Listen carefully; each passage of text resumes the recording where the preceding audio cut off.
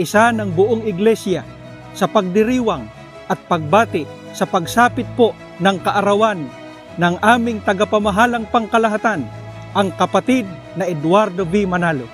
Nagpupuri at nagpapasalamat po kami ng napakarami sa ating Panginoong Diyos at sa ating Panginoong Hesukristo sa patuloy na pagkakaloob sa buong iglesia ng tagapamahalang pangkalahatan ng kapatid na Eduardo V. Manalo na buong pagmamalasakit, buong pagmamahal, kalakip ang napakalakas na kapangyarihan na pagmamalasakit sa buong iglesia na patuloy na gumagabay tungo sa maraming tagumpay pa ng bayan ng Panginoong Diyos sa mga huling araw.